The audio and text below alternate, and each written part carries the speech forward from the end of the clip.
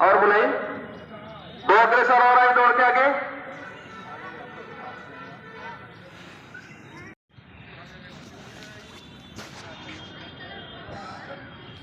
संग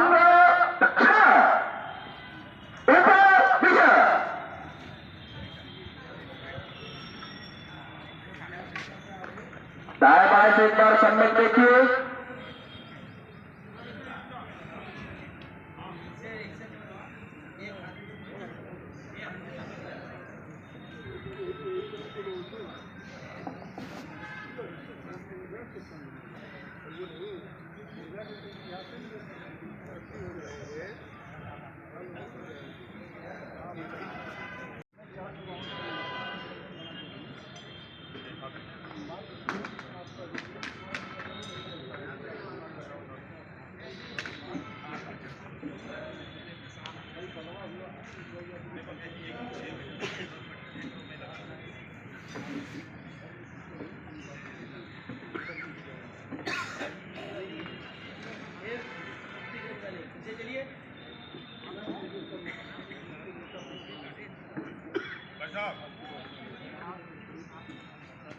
जीत दोहराएंगे। हमने दाएं बाएं करने की ठीक करिए।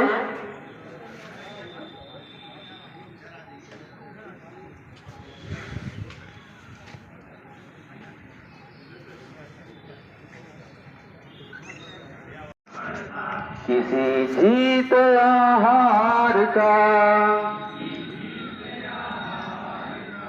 गिर कर उठना, उठ कर चलना, यह क्रम है संसार का। कर्मवीर को फर्क न पड़ता, किसी जीत या हार का। कर्मों का रोना रोने से, इस बार अपने कैमरे से फोटो बनाया हूँ। और कभी न कोई जीता है, जो विष धारण कर सकता है, वह अमृत को पीता है। जिसकी नदियों में अमृत है, कण कण में भगवान है।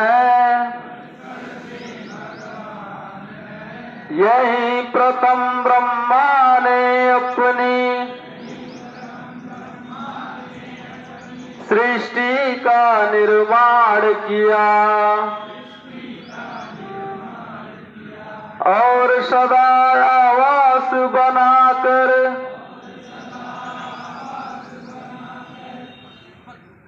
सावधान उत्तिष्ठ, खड़ा हो जाए सब। शस्त्र सत्यम जी।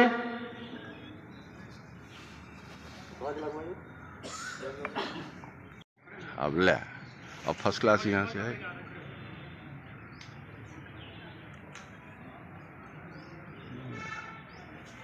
ये लोग भी हैं।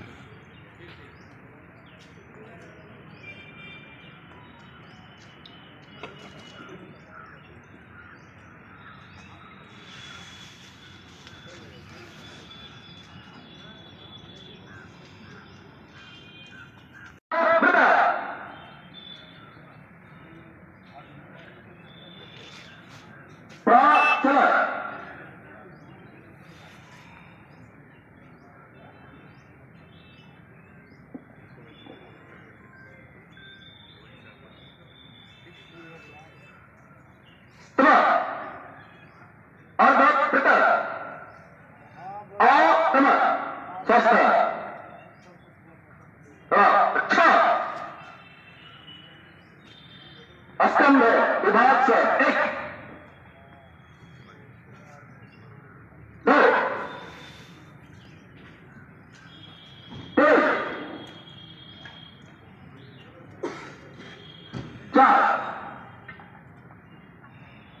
आक्रमण।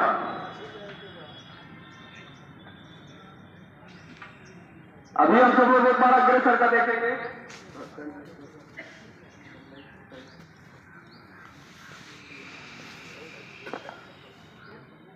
एक बार हम लोग अग्रेसर का देखेंगे। अभी दंड को छोड़ दीजिए भाई, सीधे खड़े रहिए। आक्रमण शस्त्र।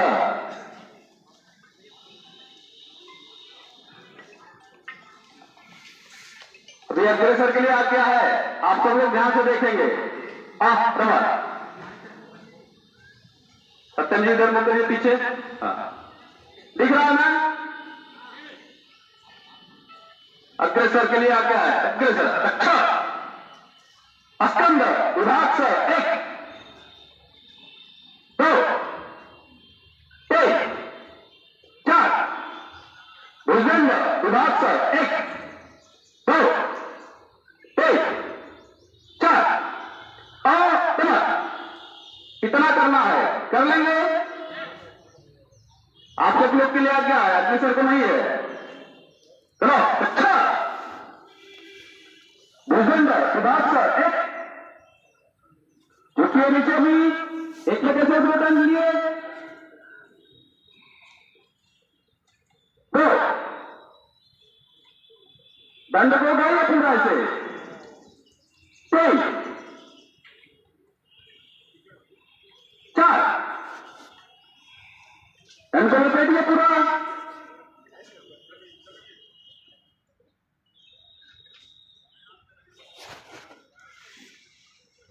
अभी आर्मा है 5-7 संख्या भी आर्मा दिखती, आर्मा नहीं हुआ। चलो अच्छा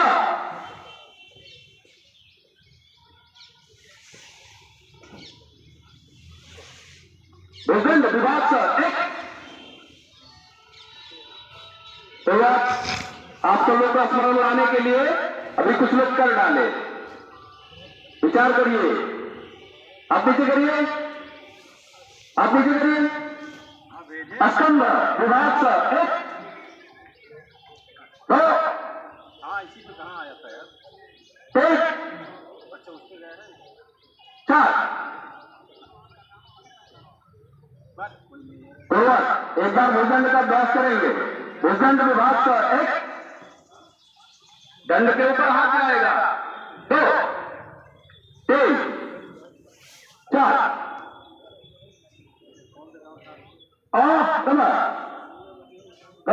अच्छा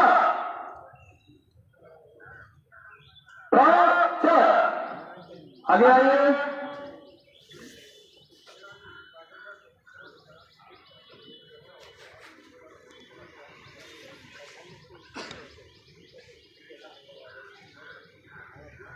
पूरा लीजिए, पूरा मिलाइए, एक हाथ का अंतर लीजिए, एक हाथ का अंतर लीजिए।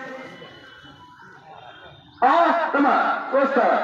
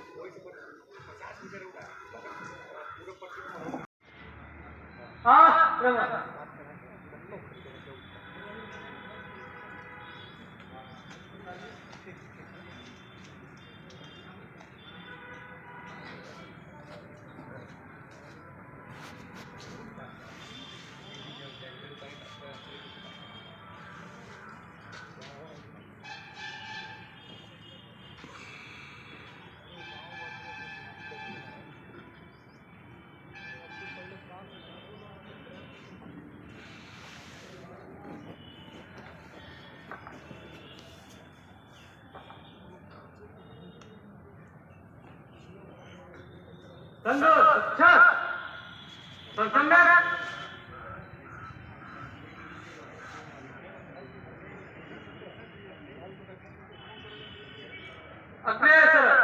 अग्रेसर संरक्षण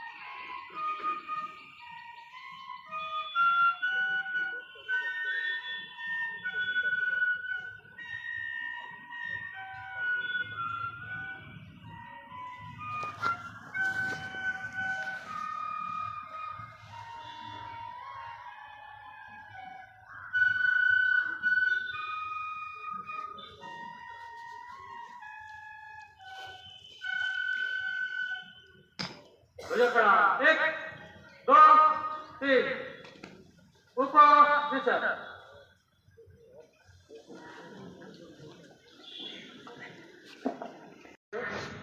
हमारे बीच केराकत खंड के माननीय खंड संचालक श्रीमान विनोद शर्मा जी भाई साहब हैं। बैठो। आप केराकत के प्रसिद्ध डॉक्टर हैं। आपका निवास केराकत है। हम लोगों के बीच हमारे इस खंड के ब्लॉक प्रमुख जी श्रीमान अजय प्रकाश सिंह जी हैं। आपका कार्यक्रम में स्वागत है। हमारे बीच में हमारे विभाग के माननीय हमारे विभाग के शारीरिक शिक्षा प्रमुख जी श्रीमान अभिषेक जी हैं। आपका निवास केराकत है। आप दीवानी में अधिवक्ता हैं। हम लोगों के बीच प्रांत के समग्र ग्राम विकास का कार्य देखते हैं श्रीमान राम प्यारे जी भाई साहब। आपका निवास मुफ्तीगंज है। आप विद्यालय के प्रबंधक हैं। जो नहीं कहते, एक विचार, आचार, सभ्यता व परंपरा जिसमें लोग पुरातन काल से रहते आए हैं, उन्हीं लोगों की संस्कृति से राष्ट्र बनता है।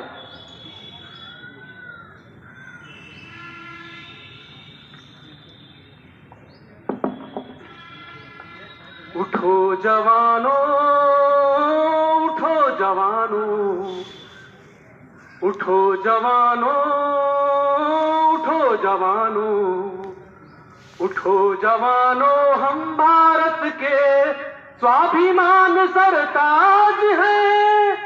अभिमन्यु के रथ का पहिया चक्रव्यूह की मार है। उठो जवानों, उठो जवानों, उठो जवानों, हम भारत के स्वाभिमान सरताज हैं। अभिमन्यु के रथ का पहिया चक्रव्यूह की मार है। चमके जो दिन कर चमका है, उठे कि जो तूफान उठे।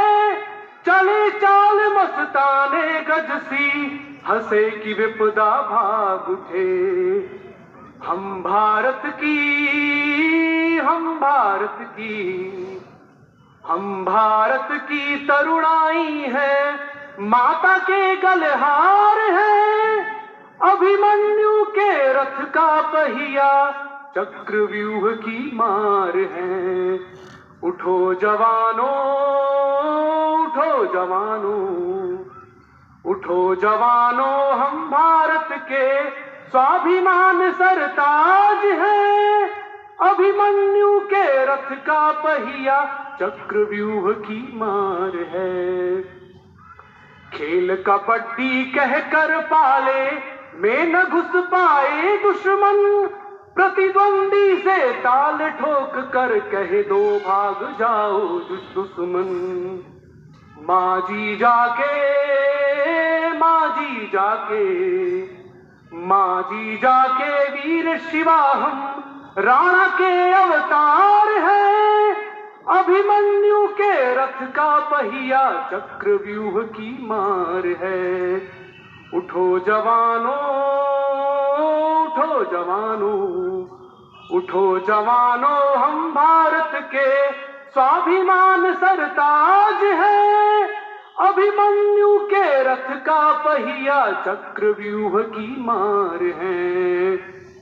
गुरु पूजा में एकलव्य हम वैरागी के बाण है, लव कुश की हम प्रखर साधना शकुंतला के प्राण हैं। चंद्रगुप्त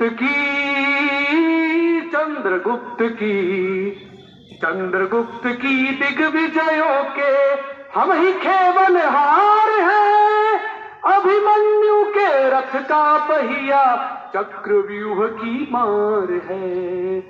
उठो जवानों उठो जवानों उठो जवानों हम भारत के स्वाभिमान सरताज हैं, अभिमन्यु के रथ का पहिया चक्रव्यूह की मार है।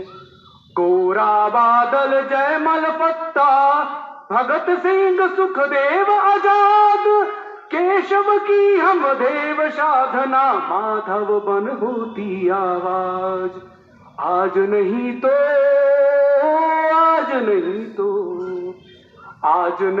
तो कल के भारत के हम पहरेदार हैं, अभिमन्यु के रथ का पहिया चक्रव्यूह की मार है। उठो जवानों उठो जवानों उठो जवानों हम भारत के स्वाभिमान सरताज हैं, अभिमन्यु के रथ का पहिया चक्रव्यूह की मार है। चक्रव्यूह की मार है, चक्रव्यूह की का विशेष कार्यक्रम नहीं होता इसमें, फिर भी जैसी सूचना है उसका पालन करना है। हम सभी राष्ट्रीय स्वयंसेवक संघ के स्वयंसेवक के रूप में कार्य करते हैं। जिला अभी परिचय हुआ, परिचय अभी कुछ और बाकी है। आपके सामने 2 चित्र लगे हुए हैं और परम पवित्र भगवत ध्वज भी लगा हुआ है। मैं शुरू करता हूं परिचय के क्रम में। राष्ट्रीय स्वयंसेवक संघ के संस्थापक बंधुओं, मनुष्य 3 प्रकार का होता है। एक नरपशु होता है, दूसरा नरपिशाच होता है और तीसरा नरोत्तम होता है। नरपशु वो होता है जो स्वयं कमाता है और स्वयं खाता है, वह नरपशु कहलाता है। नरपिशाच वो होता है जो स्वयं कमाता है और परिवार को चलाता है, वह नरपिशाच कहलाता है। और नरोत्तम वो होता है जो स्वयं कमाना, परिवार को चलाना, साथ साथ समाज और राष्ट्र का भी चिंतन करना, वह नरोत्तम कहलाता है। ऐसे नरोत्तम श्रेणी के महापुरुष डॉक्टर केशवराव बलिराम हेडगेवार ने राष्ट्रीय स्वयंसेवक संघ की स्थापना सन 1925 में किया। डॉक्टर साहब के जीवन में जब कोई व्यक्ति महान बनता है, जब कोई व्यक्ति उच्च शिखर पर जाता है, तो उससे उसके बाल्यकाल के जीवन की समीक्षा की जाती है। उसका बाल्यकाल कैसा रहा होगा, उसके परिवार का, उस समाज का क्या संस्कार रहा होगा कि एक छोटा सा नन्हा सा बालक इतना बड़ा काम कर लेता है। परम पूज्य डॉक्टर साहब के बचपन का नाम केशव के नाम से सब जानते थे विद्यार्थी। एक बार कक्षा में शिक्षा अधिकारी का आगमन होता है और शिक्षा अधिकारी के आगमन पर जिस समय इस देश के अंदर वंदे मातरम सोचना कठिन था, उद्घोष लगाना और वंदे मातरम के नारे लगाना बहुत कठिन बात थी। जब नारे लगते थे, जब वंदे मातरम का उद्घोष होता था, तो कड़ी से कड़ी सजा दी जाती थी इस देश के लोगों को। तब वह केशव नाम का विद्यार्थी उस शिक्षा अधिकारी के आगमन पर इस प्रकार की योजना बनाता है कि जिस कक्षा में वह अंग्रेज शिक्षा अधिकारी जाता है, उस कक्षा से केवल और केवल एक आवाज आती है, वंदे मातरम। यानी वंदे मातरम जब सोचना कठिन था इस देश के अंदर, तब किस प्रकार का चिंतन डॉक्टर केशवराव बलिराम हेडगेवार का रहा होगा। उनके परिवार का संस्कार, उनके लोग जिसके आराध्य रहे होंगे, जिस देवता के, उनकी कृपा से इस प्रकार का चिंतन था डॉक्टर हेडगेवार जी का। और सबसे बड़ी बात यह है कि उनको किसी को इस बात की जानकारी भी नहीं मिल पाती कि वंदे मातरम के उद्घोष लगाने की योजना बनाया किन्होंने। यानी कितना सुंदर योजना का। ऐसे केशव जी के विद्यार्थी जीवन से लेकर ढेर सारी कहानियां जो उनके जीवन को आगे बढ़ाते हुए देखती हम सबके लिए प्रेरणा के रूप में है। रानी विक्टोरिया के राज्यारोहण पे विद्यालय के अंदर मिठाइयां बंटती हैं। कक्षा 4 में 5 में पढ़ने वाले विद्यार्थी को यदि मिठाई देते हैं तो मिठाई वो क्या करेगा? मिठाई को वो स्वयं ग्रहण करेगा। लेकिन डॉक्टर केशवराव बलिराम हेडगेवार जब बचपन में उनको मिठाई मिलती है रानी विक्टोरिया के राज्यारोहण पर, तो वो मिठाई लेना स्वीकार नहीं करते और मिठाई जबरदस्ती दबावबस जब उनके हाथ में रखी जाती है तो मिठाई मसल कर कचड़े के दान में डाल देते हैं और कहते हैं ऐसे देशद्रोहियों की मिठाई मुझे स्वीकार नहीं है। यानी ऐसे चिंतन के बाद डॉक्टर केशवराव बलिराम हेडगेवार जी ने इतने बड़े संगठन की स्थापना किया था। नागपुर से, महाराष्ट्र से कलकत्ता जाकर चिकित्सक की पढ़ाई करने की क्या आवश्यकता थी? और इस बात को अगर ध्यान करेंगे तो ध्यान में आएगा कि कलकत्ता एक ऐसा स्थान था कि क्रांतिकारियों का गढ़ हुआ करता था। और डॉक्टर साहब को कलकत्ता जाने के पीछे जो उद्देश्य था, वो उद्देश्य था कि हमको क्रांतिकारियों का सहयोग करना है, हमको अपने देश को परम वैभव तक पहुंचाना है, भारत माता की जय जयकार होनी चाहिए इस दुनिया के अंदर। इसलिए वो क्रांतिकारियों का सहयोग करते रहे और साथ साथ शिक्षा भी ग्रहण किया।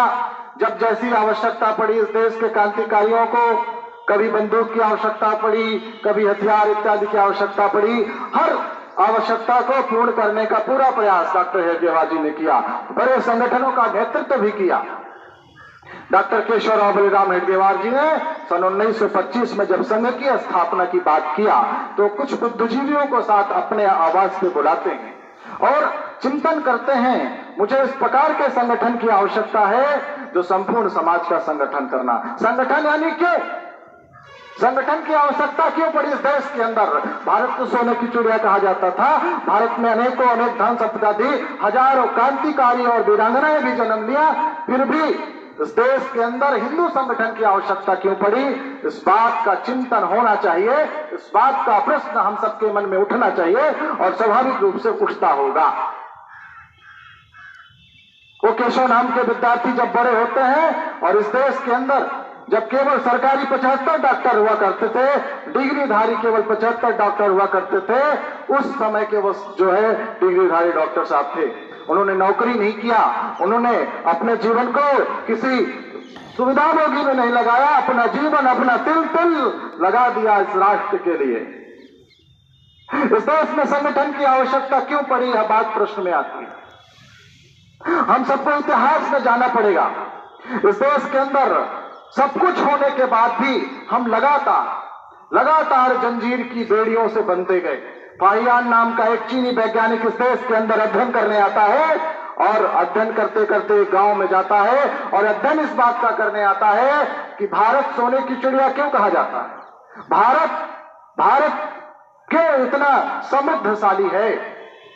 देखता है एक गांव में 2 किसान आपस में लड़ते रहते हैं और लड़ाई इस बात की रहती है, एक किसान ने दूसरे किसान को अपना खेत बेच दिया और दूसरे किसान ने खेती करते करते साल 2 साल बाद उसको सोने से सिक्का एक घड़ा मिलता है और वो घड़ा वो सोचता है कि ये जो घड़ा है जिस किसान ने बेचा था वो उसका घड़ा होगा।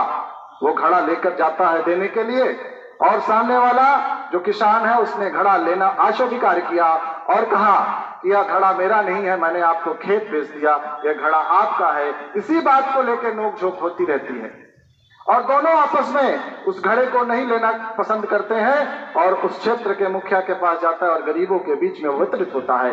वो फाहियान नाम के चीनी वैज्ञानिक को यह बात ध्यान में आ जाती है कि भारत को तोड़ना है तो भारत को शक्ति के दम पर कभी नहीं तोड़ सकते। भारत को तोड़ना है तो भारत के अंदर फूट डालो, भारत के अंदर आपस में जो सामंजस्य है, जो संस्कृति के साथ जीते हैं, इनको तोड़ो, फूट डालो और अधिकार करो। और इस देश के अंदर वही हुआ।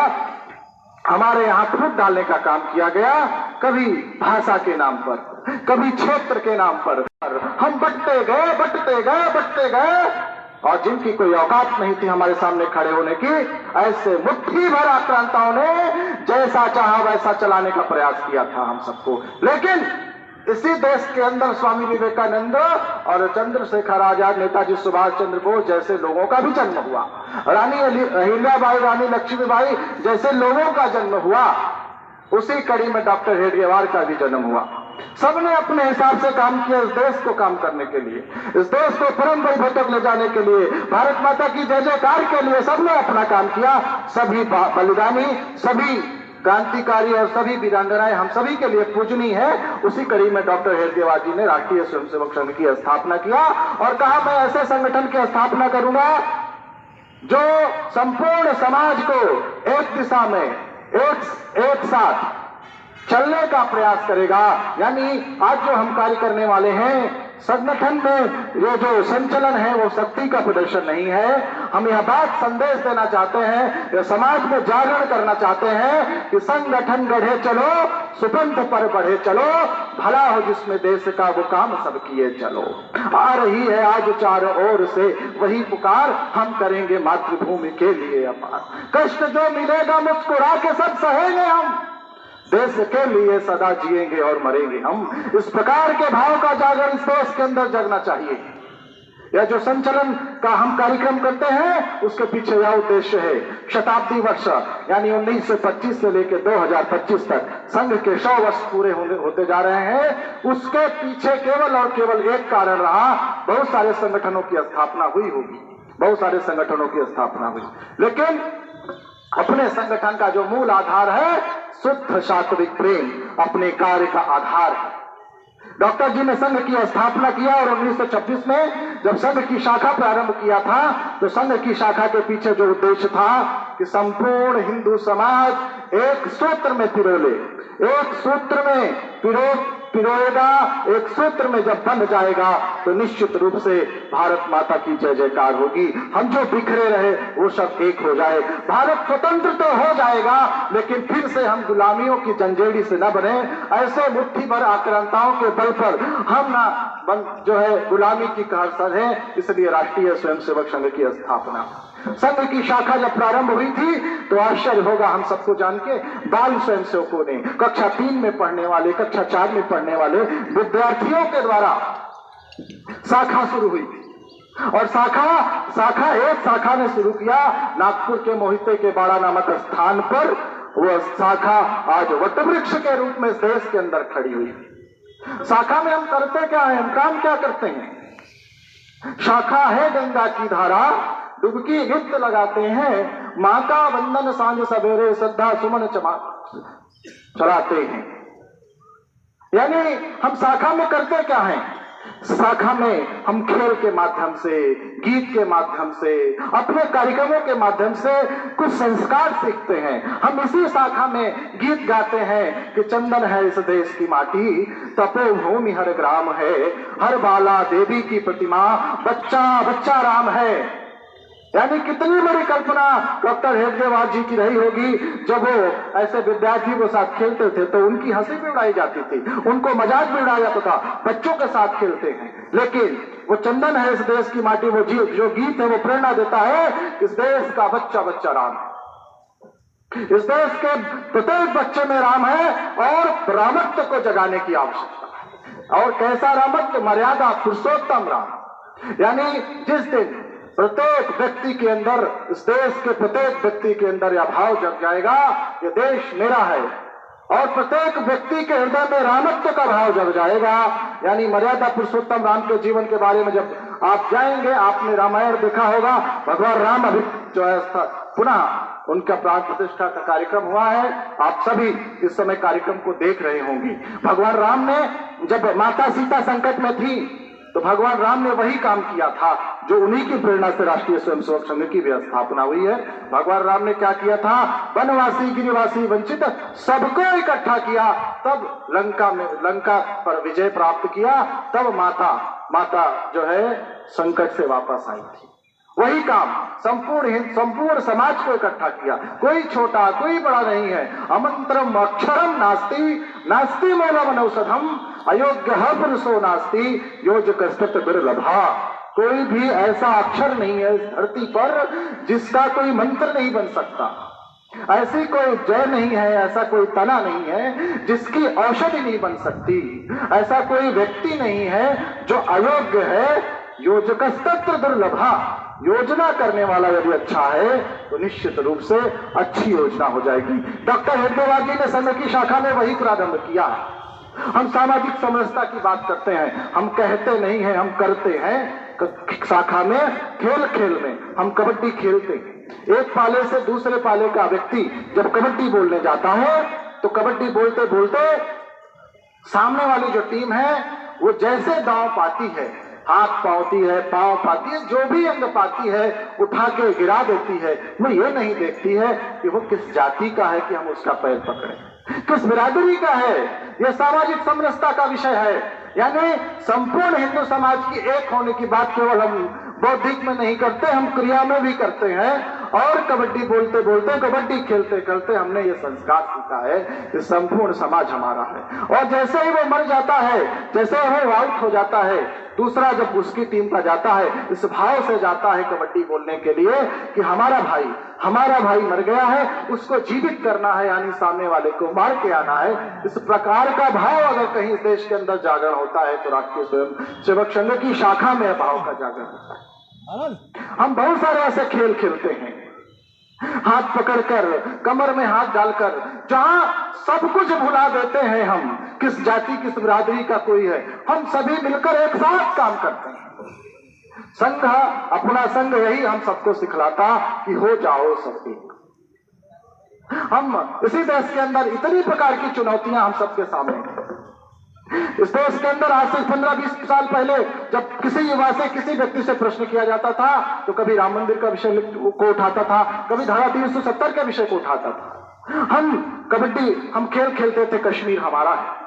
हम एक गोला बनाते थे और गोले में पैर रखते थे और एक दूसरे को धक्का देते थे, और जो विजय होता था वो कहता था कश्मीर हमारा है, और कश्मीर हमारा है, हमारा था, हमारा ही रहेगा। इस प्रकार का भाव कहीं अगर जागरण शुरू में हुआ तो राष्ट्रीय स्वयंसेवक संघ की शाखा में जहां हुए बलिदान मुखर्जी, वो कश्मीर हमारा है, सारा का सारा है। वो साधना जो 1925 में 26 में प्रारंभ हुई, वो साधना, नित्य साधना निरंतर चलती रही।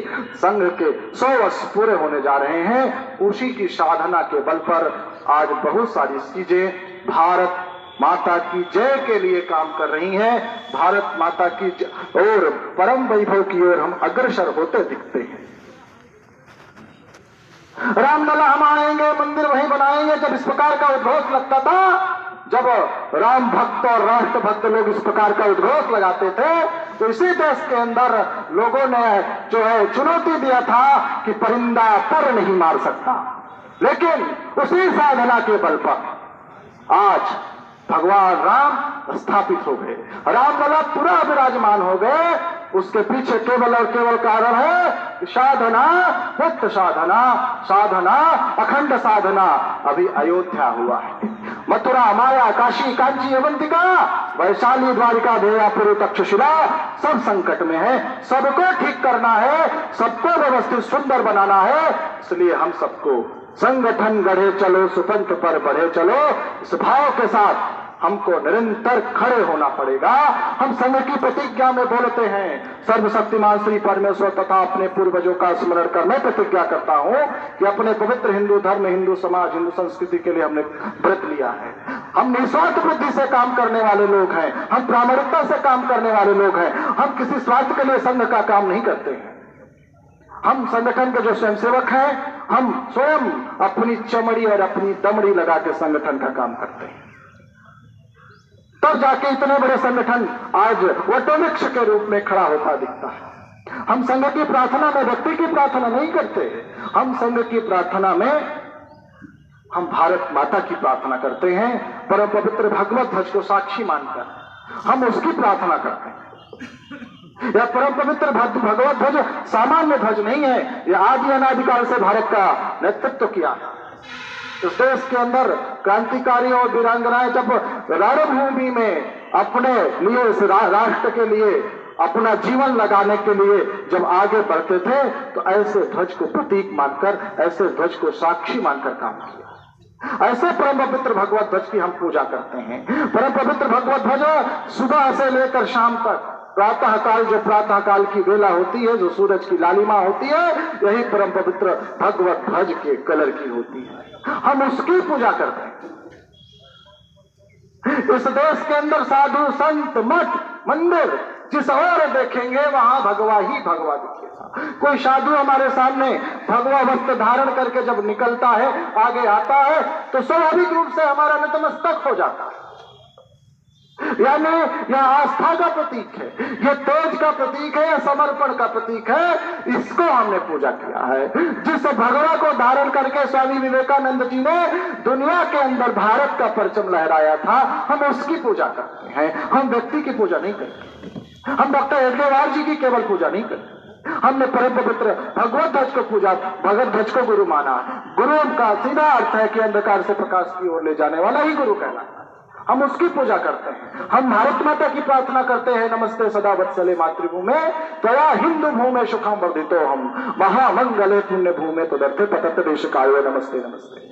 हम भारत माता की बारंबार प्रार्थना करते हैं कि माँ, मैं आपको बारंबार प्रणाम करता हूँ। तदीयाय कार्याय बद्धाकटीयम, तेरे ही कार्य के लिए हमने अपनी कमर कसी। ये स्वयंसेवक प्रार्थना करता है कि हे माँ, मैं तेरे ही कार्य के लिए हमने अपनी कमर कसी है। अंत में बोलते हैं कि परम वैभवम नेतु में तत्स्वराष्ट्रम, भारत माता की जय। भारत माता परम वैभव तक पहुंचे तब जाके भारत माता की जय जयकार। यानी भारत माता की जय जयकार कब होगी? जब इस देश के अंदर प्रत्येक नागरिक को इस बात का स्वाभिमान हो जाएगा कि देश मेरा है और इस देश के लिए हमें कुछ करना चाहिए, तब जाके भारत माता की जय जयकार होगी। जब इस देश के अंदर अपने मंदिर की, अपने मठों की, अपने पवित्र नदियों की, क्रांतिकारियों की, साधु संत मंदिर मठों का जब सम्मान बढ़ेगा, तब जाके भारत माता की जय जयकार। इसलिए हम सभी जहां है, जिस गली में है, जिस मोहल्ले में है, उस गली, उस मोहल्ले को अपना देश मानना और स्वयं को एक सैनिक के रूप में खड़ा करना कि हम जिस गली में, जिस मोहल्ले में रहते हैं, वह देश मेरा है। वो गली, वो मोहल्ला, वो मेरा देश है। उस गली में, उस मोहल्ले में ऐसे कोई भी कार्य नहीं होंगे जो भारत माता की आन बान शान के खिलाफ होंगे। इसी देश के अंदर क्रॉस पहना के अपने हिंदू भाइयों को लोग घुमा रहे हैं। हमारी हिंदू बहनें बेटियां सुरक्षित है क्या? ये क्वेश्चन मार्क है हम सबके सामने। इतना सब कुछ होने के बाद हम सब सैनिक के रूप में खड़े रहे। पूरा हिंदू समाज हमको खड़ा करने की आवश्यकता है। जब हम सब एक हो जाएंगे तो निश्चित रूप से कोई व्यक्ति गलत निगाह से हमारी बहन बेटियों को या हमारे हिंदू समाज को नहीं देखेगा। हिंदू समाज की अगर हम जब बात करते हैं तो हिंदू समाज यानी भारत माता की जय जयकार करने वाला वो हिंदू समाज, जो संपूर्ण दुनिया को, संपूर्ण भारत को अपनी मां मानता है। इस देश के अंदर जो जन्म लिया है उसकी दो मां होती हैं, एक अपनी मां जिन्होंने मुझे जन्म दिया है, एक दूसरी है भारत माता। इस धरती को अपनी मां मानने वाला प्रत्येक व्यक्ति हिंदू है,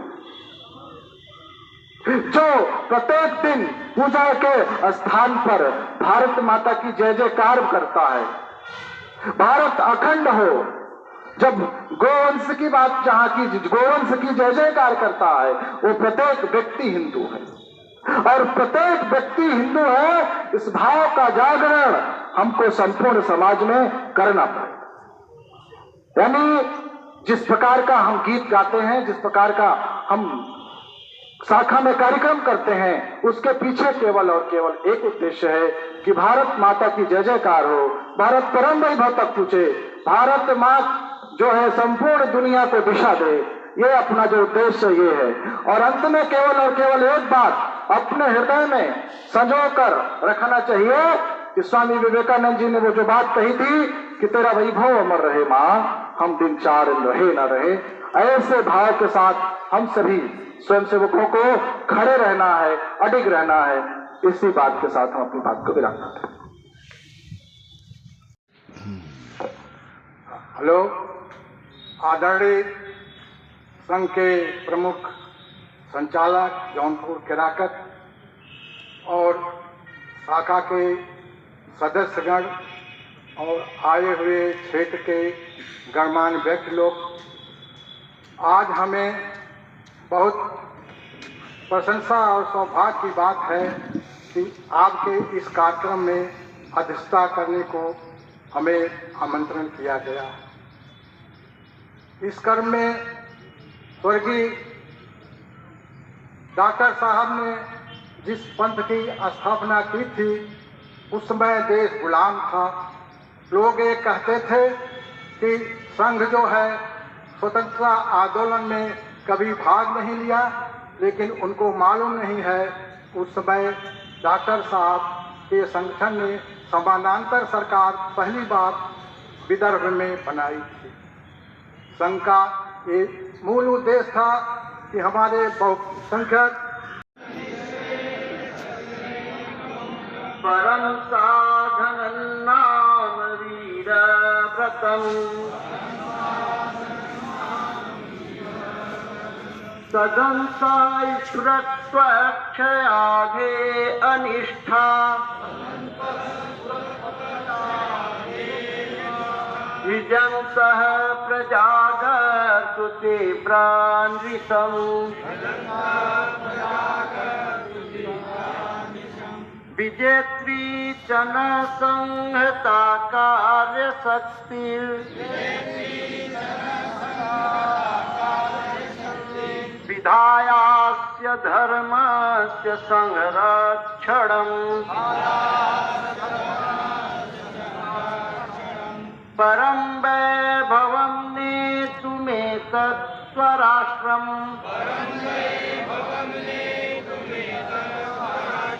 समर्था भवत्वातिशा ते वृतम्।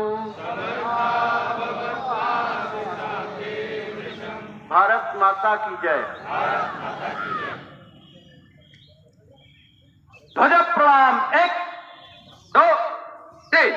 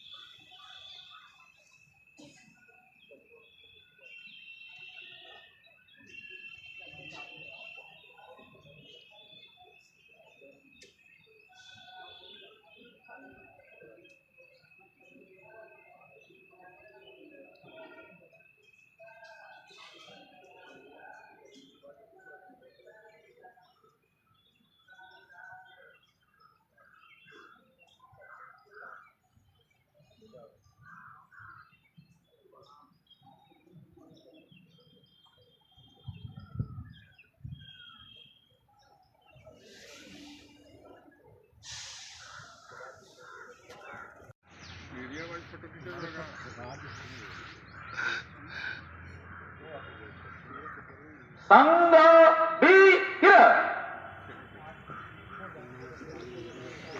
भारत आत्म संस्था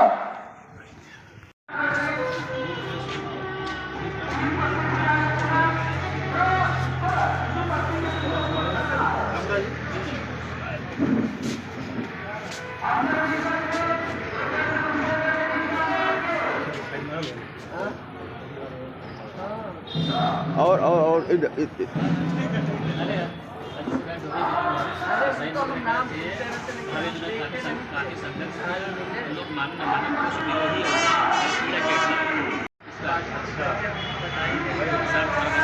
आगे बड़ा मेंटेन हुआ सब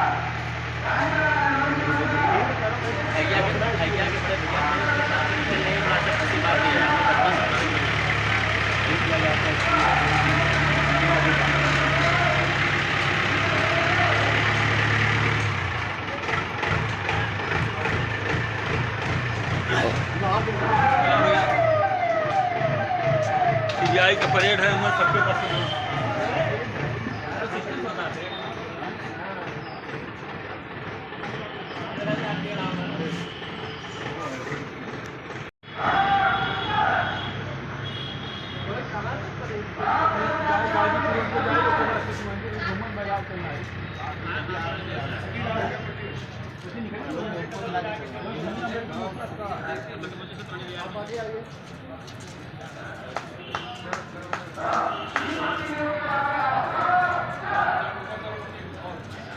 अरे अजीत जी आइए।